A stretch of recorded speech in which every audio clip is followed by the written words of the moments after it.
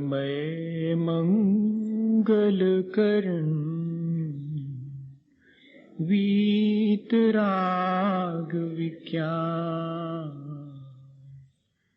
नमो ताहि जाते भये अरहंतादि मगा जो विद्यादि सागर सुधी जो विद्यादि सागर सुधी गुरु हैं हितैषी शुद्धात्म में निरत नित्य हितोपदेशी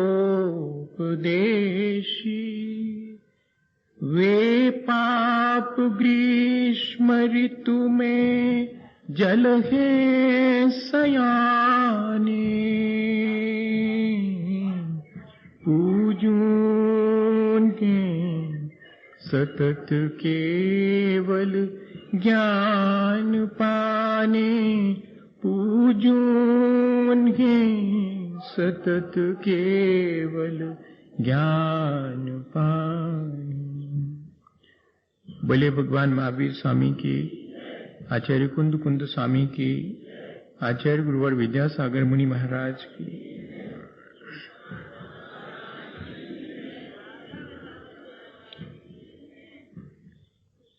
हम सभी लोगों ने पिछले 3-4 दिनों में एक बार फिर से अपने जीवन को बहुत गौर से देखने का प्रयास किया है।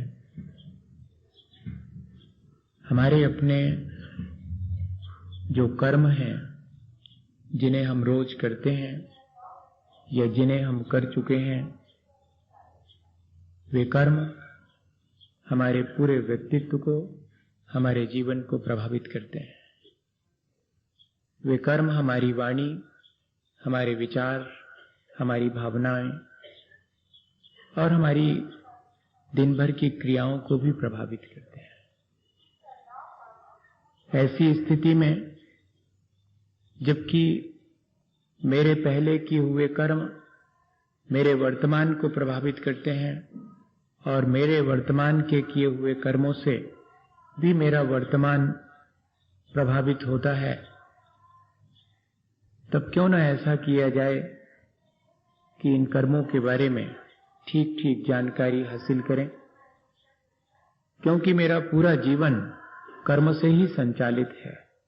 पहले तो मेरे मन में ऐसा भाव कभी कभार आ जाता था कि शायद कोई और है जो मेरे जीवन को संचालित करता है, पर अब तो पिछले दिनों से लगने लगा है कि नहीं, हमारे अपने जो कर्म हम कर चुके हैं या कि जिनके करने की तैयारी है या कि जो हम कर रहे हैं, वे सब हमारे व्यक्तित्व को, हमारे पूरे जीवन को निर्मित करते हैं या कि प्रभावित करते हैं। और जो कर्म हमने पहले कर लिए हैं उनका फल भोगने की बाध्यता है, ऐसा भी हमारे मन में लगता है कि अब जब हमने एक बार किसी से अपशब्द कह दिए हैं, किसी का खोटा कर दिया है, तो अब उसका फल तो हमको भोगना ही पड़ेगा। बहुत सहज सी बात है। सो ठीक है, वो फल तो मुझे भोगना पड़ेगा, लेकिन उस फल को मैं कैसे भोगूं, अब ये समझदारी तो मैं अपने अंदर जागृत कर सकता हूं, ये चतुराई और ये कला तो मैं सीख सकता हूं। ये बात जरूर है कि मैंने अपनी लापरवाही, मैंने अपनी अज्ञानता में किसी व्यक्ति के साथ बुरा व्यवहार किया है और उसका फल मुझे जरूर से मिलेगा, लेकिन उस फल को क्या मैं कमी वेशी कर सकता हूं? क्या मैं वो कर्म का फल ना मिले इस बात का इंतजाम कर सकता हूं, या कि वो कर्म का फल मुझे मिले तो थोड़ा कम होकर के मिले, और या कि उसका स्वाद में बदल सकूं। तो पिछले दिनों हमने ये भी समझा है कि हमने यदि अपनी अज्ञानतावश कुछ ऐसे काम कर लिए हैं जिनका हमें मालूम है कि फल अच्छा नहीं मिलेगा, तो करने के बाद वे जो कर्म मेरे भीतर संचित हो गए हैं उन पर भी मेरा वश है। मैं उनको वहीं के वहीं अपने वर्तमान के पुरुषार्थ को जागृत करके नष्ट कर सकता हूं। मैं खोटे कर्मों की स्थिति, मैं खोटे कर्मों की शक्ति, इन दोनों को मैं कमजोर बना सकता हूं। मैं अपने वर्तमान के पुरुषार्थ से अपने पुराने अच्छे कर्मों को और ज्यादा डोमिनेट कर सकता हूं। इतना ही नहीं, जब मेरी सामर्थ्य है उन कर्मों के फल को भोगने की, तो मैं उनको बाद में आने वालों को भी समय से पहले ला करके उनका फल भोग करके नष्ट कर सकता हूं। ये तो मेरे अपने बांधे गए कर्मों की स्थिति है।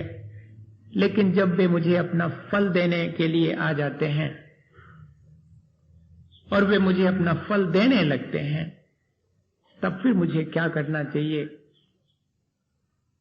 तब भी मेरी चतुराई और मेरी होशियारी इसमें है कि मैं उनका फल लेते समय जरा सावधानी रखूं, मैं समता भाव रखूं। लेकिन ये कहना तो बहुत आसान है, लेकिन इस प्रक्रिया को थोड़ा सा समझना पड़ेगा। असल में समता भाव रखने का अर्थ है कि अतीत के विकल्पों से मुक्त होना और भविष्य के भय से मुक्त होना, भविष्य की चिंता से मुक्त होना और वर्तमान को संभाले रखना, इसका नाम है अपने कर्म के फल के उदय के समय समता रखना। ये बात अपन को सीख लेनी है। कह तो अपन देते हैं कि समता रखनी चाहिए, लेकिन उसके मायने क्या है? असल में कब हमारी समता गायब हो जाती, कब हर्ष विषाद होता है, इस पर विचार करना पड़ेगा। जब कर्म अपना अच्छा फल देने लगता है तब हम हर्षित हो जाते हैं, और कर्म जब अपना बुरा फल देता है, जो मैंने ही किया था उसका बुरा फल मिलने लगता है, तो मैं विषाद कर लेता हूं। ये तो बहुत सामान्य सी चीज है। लेकिन ऐसा क्या है कि जब अपना कर्म फल दे और हर्ष और विषाद से मैं बच सकूं?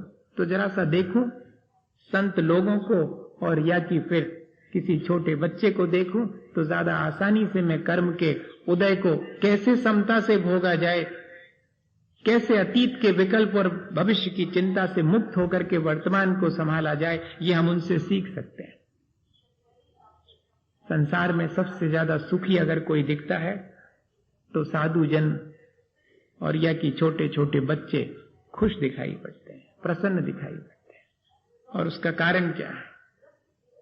आप किसी एक छोटे बच्चे को जोर से डांट दीजिएगा, डांटने के बाद वो रोने लगे, और जैसे ही वो रोने लगे और जिस बात के लिए डांटा है वो मांग रहा था मिठाई, तो वो रोने लगा है तो फौरन हाथ में आपने मिठाई दे दी, थोड़ा सिर पे हाथ फेर के प्यार कर लिया।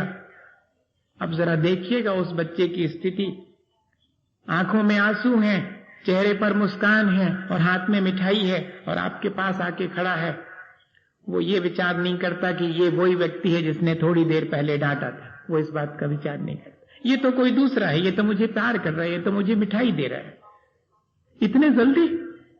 और हम और आप हों अगर, तो उसकी जगह पर ये वही व्यक्ति है जिसने मेरे साथ ऐसा व्यवहार किया। अब इसको मैं बहुत प्रोलांग करूंगा, बहुत लंबे समय तक इस चीज को ध्यान में रखूं। और वो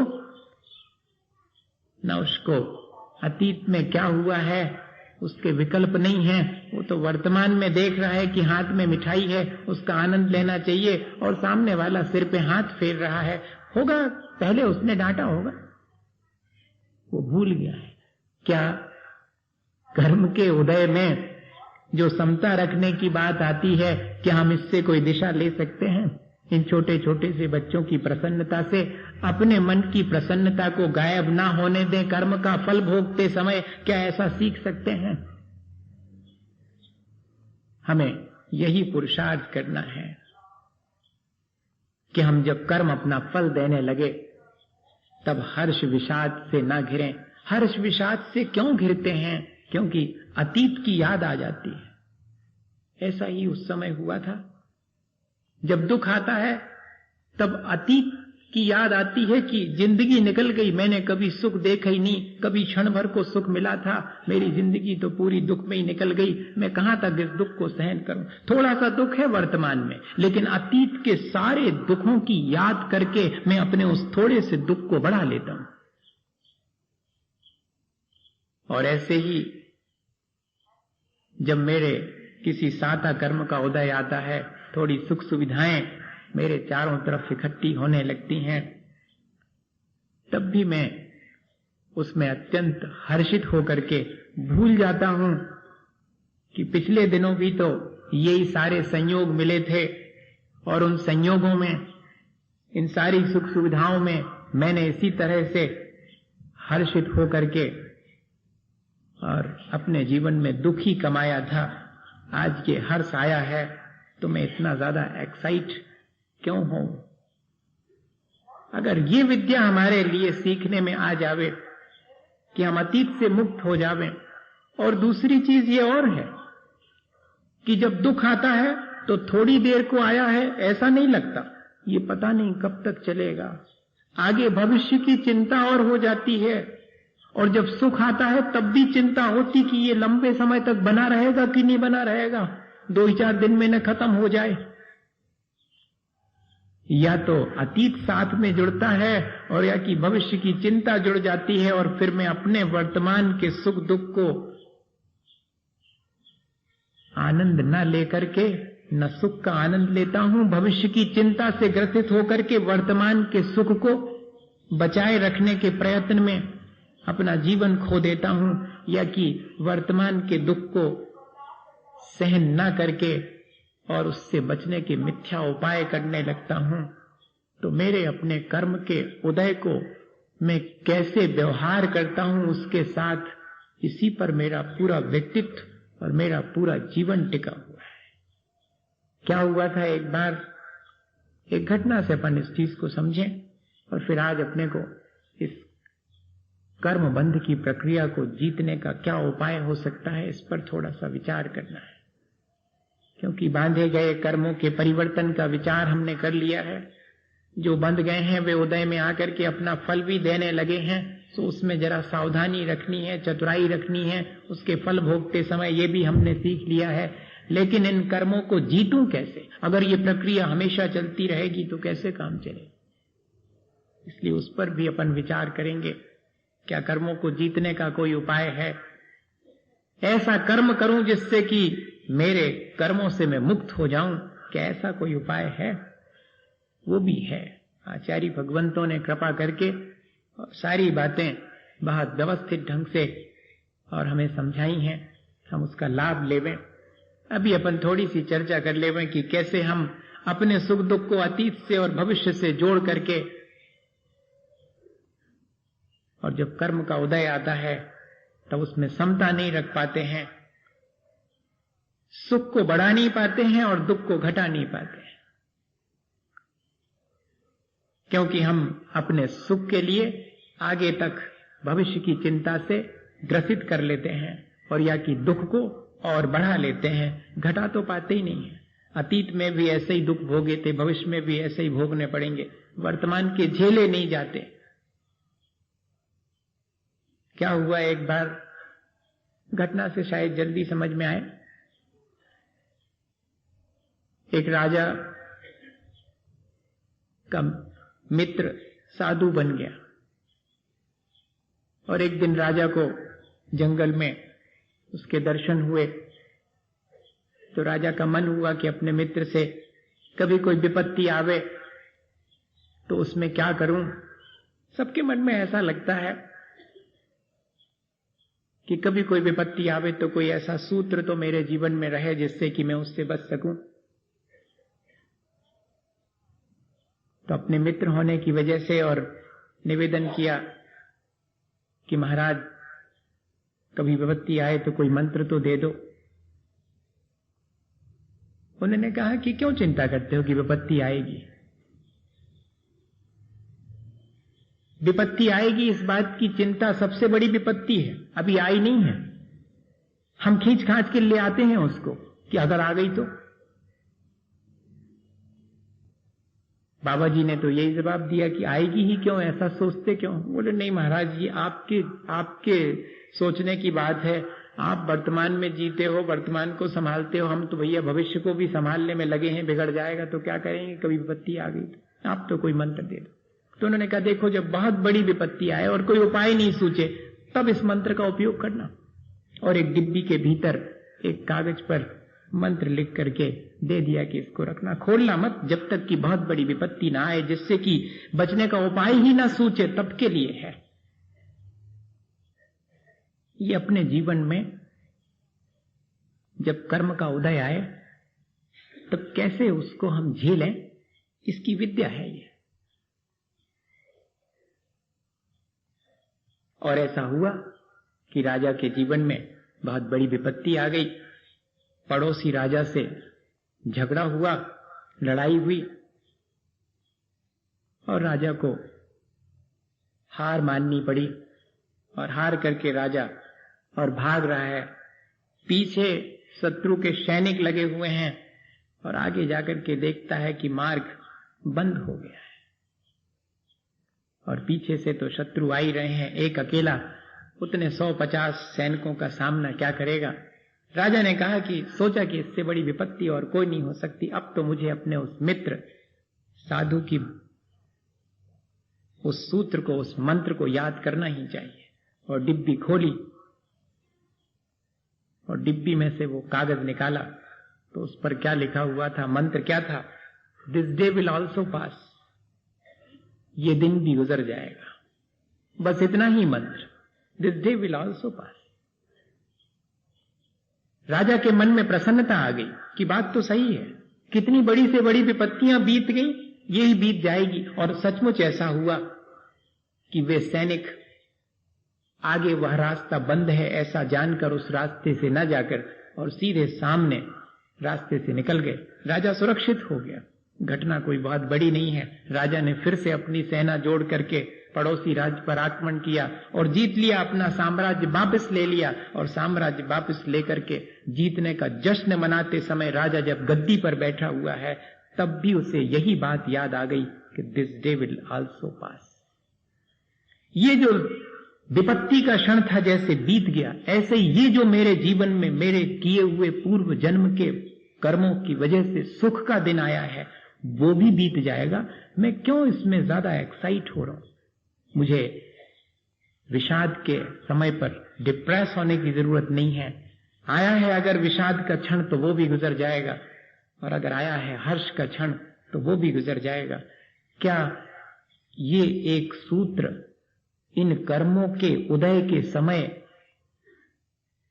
मैं अपने जीवन में काम ला सकता हूं? मैं अपने वर्तमान को आसानी से संभाल सकता हूं।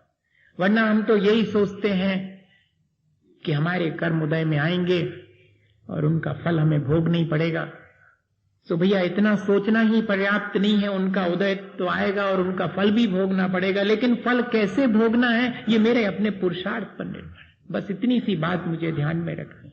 फल तो दुनिया भोगती है। साता का उदय सैकड़ों लोगों को है, लेकिन उस साता के उदय में कौन क्या अपना पुरुषार्थ करता है, इस पर निर्भर करता है उसके अपने जीवन का आगे का लेखा जोखा, सारा व्यक्तित्व इस पर निर्भर करता है।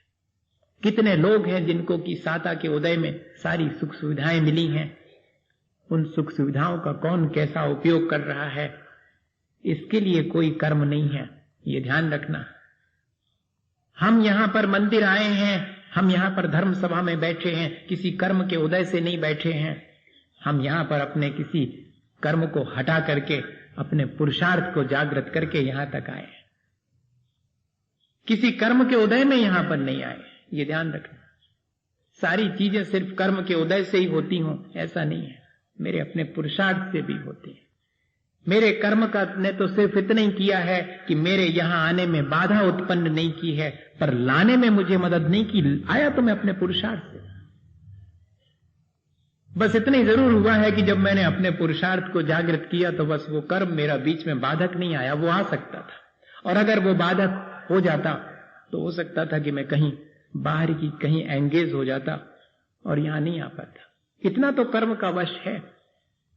लेकिन कोई भी कर्म किसी को शराब खाने की तरफ ले जाएगा या कि जिनालय की तरफ ले जाएगा, ये निर्धारित नहीं करता।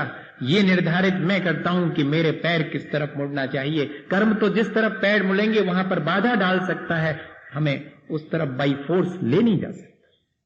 ये ध्यान रखना, ये हमारा पुरुषार्थ है। कोई ये कहे कि मैं तो क्या करूं, कर्म का उदय है, मुझे तो चोरी करने का मन होता है, ये मेरी अपनी चॉइस है, ये मेरे अपने कर्म का उदय नहीं है।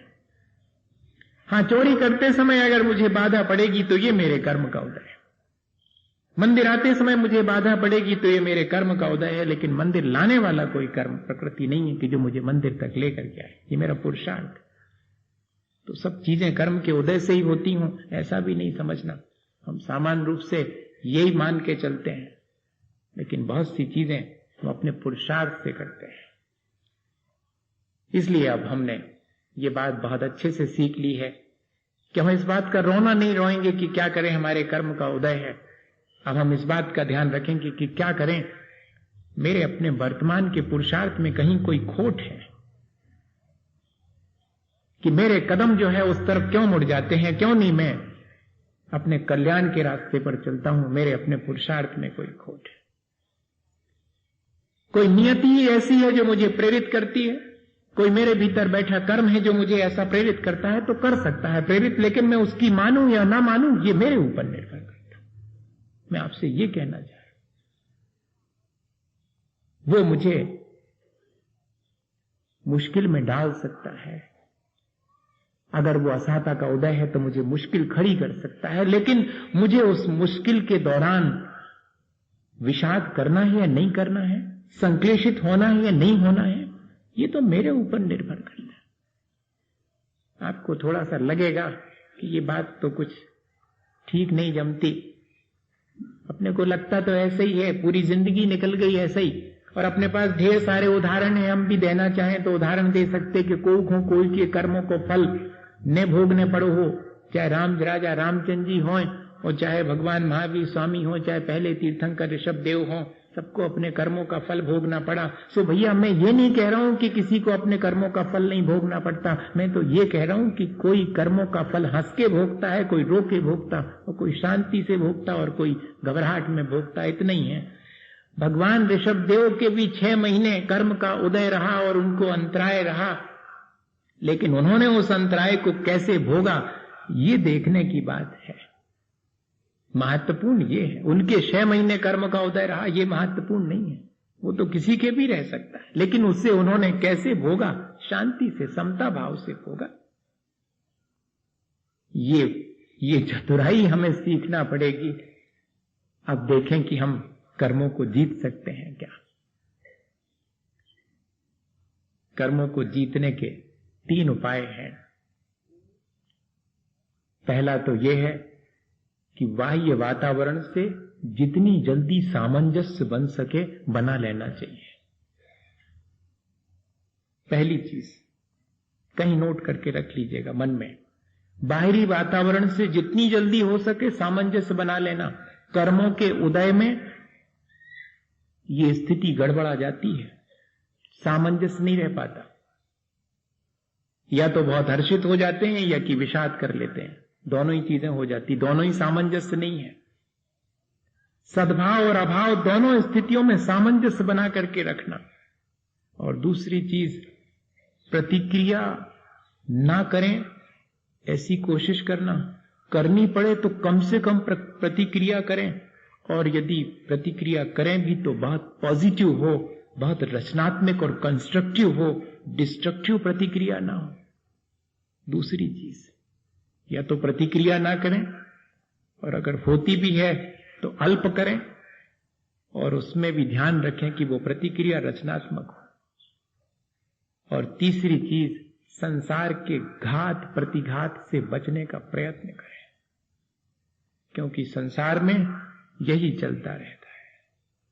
ये 3 ही चीजें हैं जिन पर हम विचार करें तो इससे हमारे कर्मों को हम व्यवस्थित कर सकते हैं, कर्मों को सही दिशा दे सकते हैं, वर्तमान के कर्मों को सही दिशा दे सकते हैं। अभी तो हमने जो अज्ञानता पूर्वक बांधे थे कर्म, उनको जरा व्यवस्थित किया है, और वो जब उदय में आएंगे तो अपने को व्यवस्थित कर लिया है। और अब जरा इस प्रक्रिया को और समझ लेवे कि वर्तमान में कर्म कैसे करने, जितनी जल्दी हो सके जल्दी सामंजस्य करना, क्योंकि यहाँ इस संसार में सबको सब चीजों का सद्भाव नहीं है और सबको सब चीजों का अभाव नहीं है।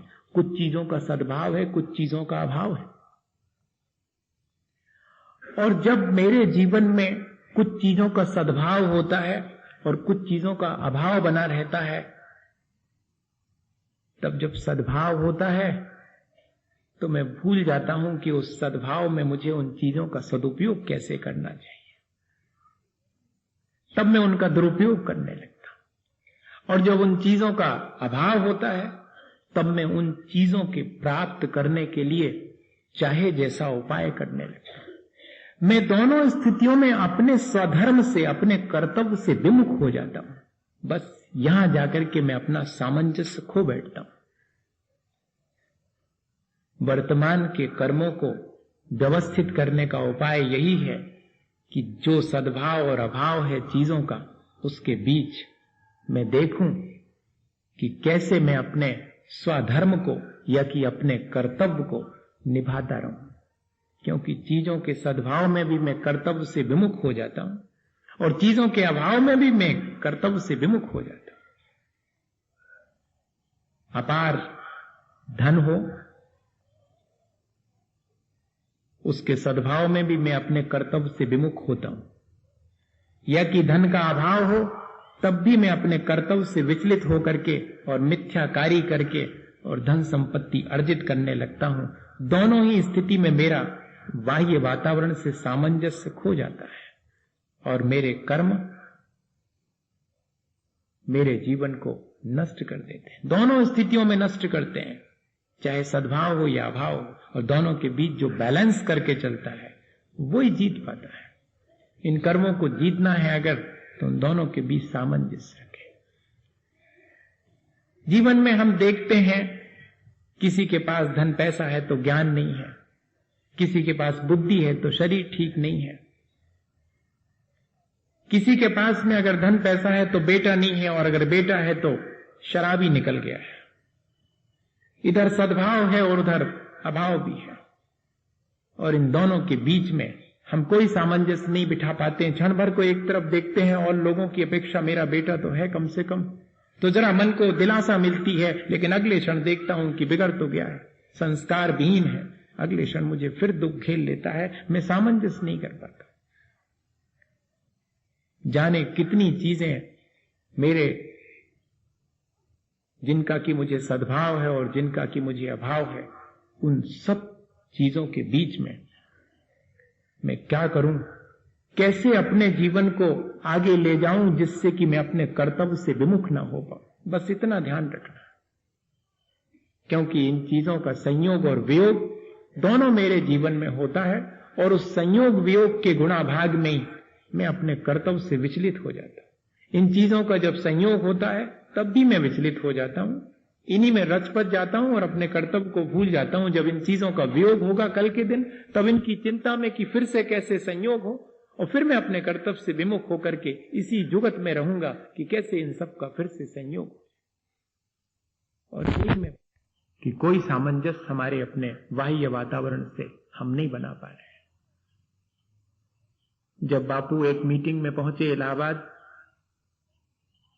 और सुबह सुबह जब मुंह धोने के लिए नायडू ने एक लोटा भर करके उनको दिया, और नेहरू जी बाजू में हैं, मुंह वो भी धो रहे हैं, और चर्चा चल पड़ी कांग्रेस की, तो कब लोटा खाली हो गया ध्यान नहीं रहा, और मुंह तो पूरा नहीं धुल पाया।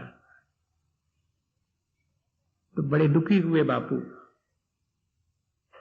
नायडू ने कहा कि इतने चिंतित क्यों हैं, एक और लोटा ले लीजिएगा पानी का भरा हुआ। नेहरू जी भी हंसने लगे कि आप भूल जाइएगा कि आश्रम में हो, आप तो मेरे यहां पर प्रयाग में हो, जहां संगम पर बैठे हुए हो आप, यहां पानी की क्या कमी है। तो उन्होंने क्या कहा था कि चीजों का सद्भाव मुझे मेरे कर्तव्य से अगर विचलित कर दे तो इससे अच्छा है कि वे चीजें ना होती तो ज्यादा अच्छा था। आज मेरे पास ज्यादा पानी है तो इसका मतलब है कि मैं उसका दुरुपयोग करूं, मैं ऐसा कर्म करूं जिससे कि मैं अपने कर्तव्य से विचलित हो जाऊं सद्भाव में।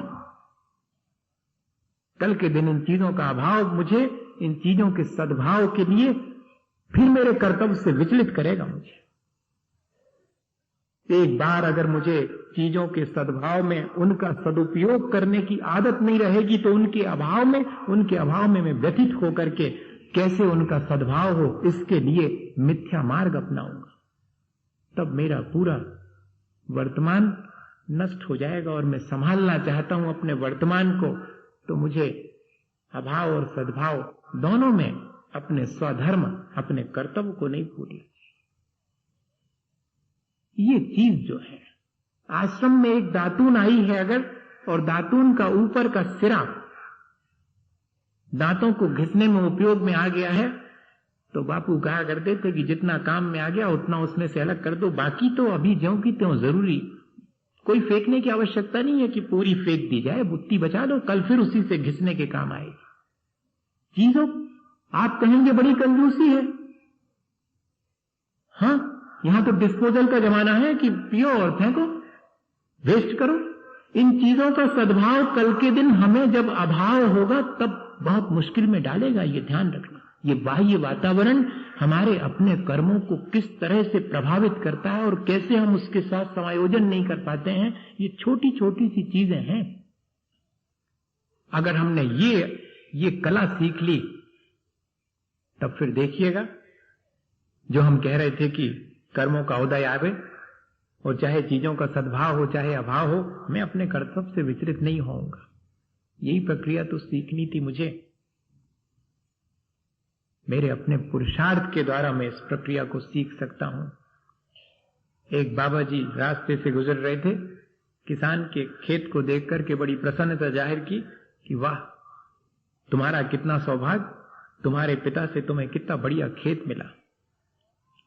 तब मालूम उस किसान ने क्या जवाब दिया था कि बाबा जी, मेरे पिता का मैं एहसानमंद हूं कि इतना बढ़िया खेत मुझे मिला, लेकिन इस खेत में जब फसल नहीं आई थी तब इस खेत को देखते कि क्या स्थिति थी इसकी, और आज जब फसल आई है तब आप देख रहे हैं, जब मुझे मेरे हाथ में ये खेत मिला था तब क्या स्थिति थी।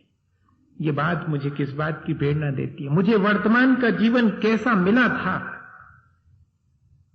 अब मैंने उसमें किस तरह से इजाफा किया है, ये मेरे अपने पुरुषार्थ का फल है, ये मेरे अपने बाह्य वातावरण के साथ एडजस्ट करने की सामर्थ्य है।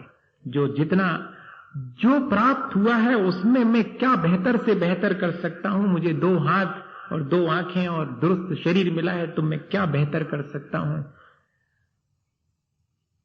मैं अपने कर्तव्य को कैसे ठीक से करूं। अगर ये चीज मेरे मन में बनी रहे तो आसानी से मैं कर्मों को जीत सकता हूं। और दूसरी चीज कि मैं प्रतिक्रिया ना करूं, पर ये तो बहुत मुश्किल है। कोई मुझे गाली दे और मेरे भीतर कुछ भी ना हो, पानी हिले तक नहीं भीतर का, ऐसा तो हो ही नहीं सकता। कोई मुझे प्यारी सी बात कहे और मेरे भीतर मैं एक्साइट नहीं हूं, ऐसा हो ही नहीं सकता। प्रभावित हुए बिना रहते ही नहीं मैं। जो भी एक्शन होता है बाहर से, मैं उसका रिएक्शन हमेशा करता हूं, बिना रिएक्शन के तो होते ही नहीं। तो फिर ठीक है, मुझे प्रतिक्रिया तो करनी है।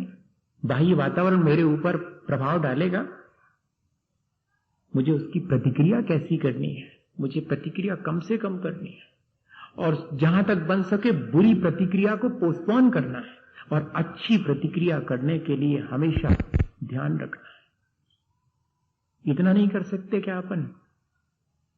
है तो बहुत मामला कठिन। अपने को तो जब घर में मां कहती थी कि फलाना काम कर दो, हम नहीं करते, हमें फुर्सत नहीं है, पहले नंबर। बाद में कहेंगे धीरे से, हाँ बताओ क्या करना है। अब कर्म तो पहले कर चुके आप, अब सुधारने की प्रक्रिया है, सुधार लो। हम सबके साथ भी यही है। सबसे पहले हम रिएक्शन क्या करते हैं? नेगेटिव रिएक्शन करते हैं। इतनी आदत हमारी पड़ गई है कर्म हम करते भी हैं तो नकारात्मक कर्म अधिक से अधिक करते हैं, और हम कर्मों को जीतना चाहें। नकारात्मक कर्म करने वाला कर्मों को जीत नहीं सकता। जो सकारात्मक पॉजिटिव कर्म करता है, रचनात्मक कार्य करता है, वो कर्मों से पार हो जाता है। कक्षा में फेल होने वाला आगे की कक्षा में नहीं बढ़ता भैया, कक्षा में पास हो जाने वाले को आगे की कक्षा में बढ़ाया जाता है, और हम तो अपने कर्म करने में फेल हैं, तो कर्मों से पार कैसे होंगे? जरा कर्म करने की प्रक्रिया तो सीख लेवे। कर्म तो करना है, जो कुछ भी होंगे सामने से आएंगे उनकी प्रतिक्रिया करनी है। उस प्रतिक्रिया को कैसा करना है? अत्यंत अल्प प्रतिक्रिया करने वाला कर्मों से पार हो जाएगा, और अगर प्रतिक्रिया करता भी है और पॉजिटिव करता है तब भी उससे पार हो जाएगा।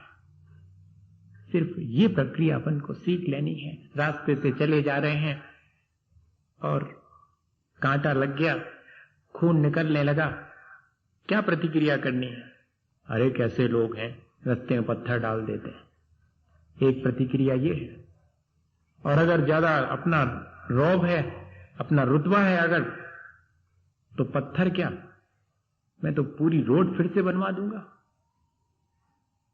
हाँ, ऐसी प्रतिक्रिया करूंगा। और या फिर तीसरी प्रतिक्रिया और है, जो सज्जन पुरुष की प्रतिक्रिया होती है। दोनों प्रतिक्रियाएं संसार बढ़ाने वाली हैं, मेरे कर्मों के लिए और अधिक मौका देने वाली हैं, मेरे साथ ट्रैप होने का, मेरे साथ बंधने का। और उन कर्मों को हटाने का, जीतने का उपाय क्या है? कि जिस क्षण मुझे वो कांटा लगे तब धन्यवाद देता हूं कि चलो कांटा ही लगा, संभव है कि इससे भी ज्यादा कोई चोट लग सकती थी, अच्छा हुआ निकल गया मामला। किसी से कोई शिकायत नहीं है, किसी के प्रति कोई दुर्भावना नहीं है। अपने जो कर्म मैंने किए थे उनका फल अच्छा हुआ, मेरी सावधानी और मेरी पूरी कॉन्शियस के साथ ये कर्म आकर के निकल गया। अब मुझे कोई प्रतिक्रिया नहीं करनी, और करनी भी है तो पॉजिटिव सिर्फ इतनी कि धन्यवाद दे रहे हैं कि बहुत अच्छा हुआ, निकल गया। किसी के गाली देने पर क्या धन्यवाद देने का मन होता है? नहीं होता। सीखना पड़ेगा कि बहुत अच्छा हुआ, गाली दे के ही मामला निपट गया। पता नहीं तमाचा मार सकता था, मेरा कर्म मैंने पता नहीं कैसा बांधा था जो कि सिर्फ गाली लेकर के आया, और हो सकता था कि ये तमाचा दे सकता था, हो सकता धक्का दे सकता था, हो सकता है कि कल के दिन अगर इसको मेरे किसी कर्म के उदय की वजह से इसको ऐसी प्रेरणा हो जाती तो मेरे ऊपर बंदूक भी चला सकता था। अच्छा हुआ कि गाली में मामला निपट गया, धन्यवाद। बहुत मुश्किल है, ऐसा रिएक्शन बहुत मुश्किल है। लेकिन अगर ये प्रक्रिया हम सीख लेवे तब तो देखिएगा कितना मजा आ जाएगा। लेकिन जिंदगी लग जाएगी, कोई बात नहीं, लग जाए, पर अपन ने मन तो बना लिया, कम से कम इस बात को समझ तो लिया है कि हम जो कर्म कर रहे हैं ना, उसको कैसे करना है, वही कर्मों को जीतने का उपाय है, और कोई बहुत बड़ी चीज नहीं है। जो लोग कर्मों को जीतते हैं वो कोई और बड़े बड़े कर्म करते होंगे ऐसा नहीं है। वे इन छोटे छोटे कर्मों को करने का ढंग सीख लेते हैं, बस इतना ही है। सफलता जिनको मिलती है वे कोई अलग कर्म करते हो ऐसा नहीं है, वे बस कर्मों को अलग ढंग से करते हैं, बस इतना ही आर्ट है उसका, और कुछ नहीं। और ये हमें सीख लेना चाहिए। कोई हमें और बहुत बड़े कर्म जीतने के लिए कर्म करना हो। और तीसरी चीज पर विचार मेरे ख्याल से फिर करेंगे अपन। आज दो ही चीजें ठीक हैं, समय की सीमा में रह करके भी कैसे काम किया जाता है, ये भी काम करने का एक ढंग है। नहीं तो सारा दिन गड़बड़ा जाएगा, सामंजस्य बाह्य वातावरण से खो जाएगा। कल किसी ने प्रश्न कर दिया था, उसका जवाब भी दे रहा हूं कि धार्मिक कार्यों में समय की सीमा की क्या आवश्यकता है। उन्हें तो जितनी चाहे देर तक करना चाहिए, लेकिन ध्यान रखना, अपने कर्तव्य से विमुख होना धर्मात्मा होने का लक्षण नहीं है। मैं सुबह से पूजा विस्तारूं और ना मुझे अपने बच्चों के भोजन की चिंता है और ना मेरे परिवार की, और सुबह की विस्तारी और शाम तक कर रहा हूं, कहने को तो मैं पूजा कर रहा हूं। वाह भैया, तब तो फिर बहुत अच्छा है।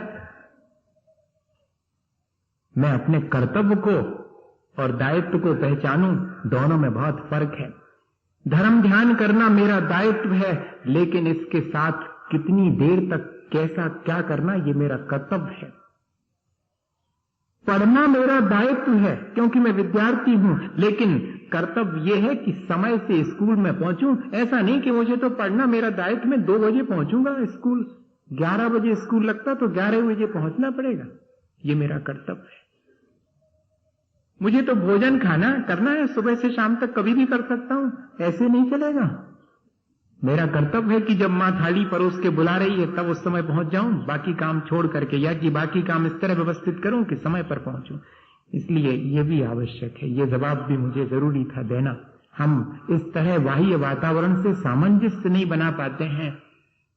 हमें अपने कर्तव्य को पहले ध्यान में रख करके और अपने कर्म करना चाहिए, और प्रतिक्रिया जितनी हो सके कम करें, और अगर करें भी तो पॉजिटिव हो। अगर किसी ने हमारे ऊपर गरम चाय डाल दी है, जैसे सुकरात के ऊपर उनकी जीवन साथी ने डाल दी थी, और सारे मित्र उनके सामने हक्के बक्के रह गए थे कि अब तो मामला बिगड़ा, और तब भी सुकरात ने मुस्कुरा करके कहा था कि बहुत बहुत धन्यवाद मेरे जीवन साथी को, ऐसी हिसाब से डाली कि आधा ही जल पाया, आधा तो फिर भी बचा हुआ है, कुछ नहीं बिगड़ा, हो सकता पूरा जल जाता, लेकिन धन्यवाद उसको। ऐसी प्रतिक्रिया करने का यदि हम कुछ उपाय कर लेवें तो भैया हमारे वर्तमान के कर्म भी सुधर जाएंगे और हम उनको जीत सकेंगे और अपने जीवन को अच्छा बना पाएंगे। इसी भावना के साथ बोले आचार्य गुरुवर विद्यासागर मुनि महाराज।